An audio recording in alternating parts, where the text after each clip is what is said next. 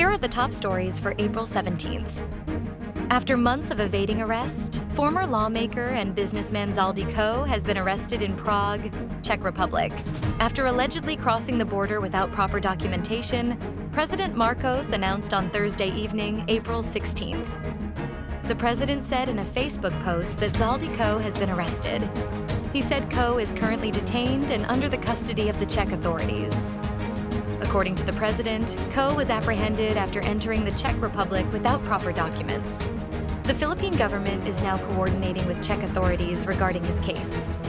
Marcos added that the public will be updated as developments unfold. President Marcos has ordered the temporary suspension of excise taxes on liquefied petroleum gas, or LPG, and kerosene for 3 months to ease the burden of rising fuel costs amid the ongoing energy crisis. The directive was issued through Executive Order Number 114, signed on April 16th, following the recommendation of the Development Budget Coordination Committee. Under the order, excise taxes on LPG and kerosene are fully suspended for 3 months from the effectivity of the measure. However, the suspension does not apply to LPG used as raw material for petrochemical production or as fuel for vehicles, as well as kerosene used as aviation fuel.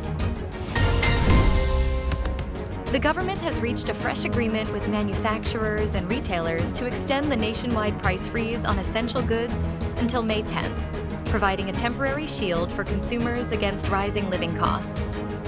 On Friday, April 17th, Trade Secretary Cristina Aldeguer Roque announced the extension following a series of consultations with industry stakeholders, confirming that prices for basic necessities and prime commodities will remain unchanged in major supermarkets and groceries. The freeze was originally set to expire on April 16th, before being moved to April 30th, and now into the second week of May. The DTI currently monitors 726 variants of essential goods, including canned sardines, instant noodles, bottled water, and bread.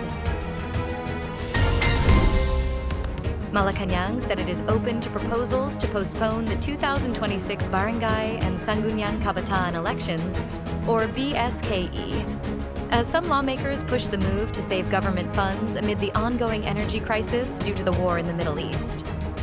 In a press briefing, Presidential Communications Office Undersecretary Claire Castro said President Marcos is willing to study any proposal that would benefit the country. She said that it was mentioned that the government could save 16 billion pesos. She stressed, however, that any decision will depend on legislation and the president's review.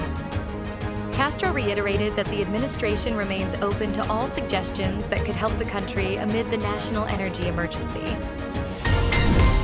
A 10-day truce began in Lebanon on Friday that could pause fighting between Israel and the Hezbollah militant group and boost attempts to extend the ceasefire between Iran, the United States, and Israel after weeks of devastating war.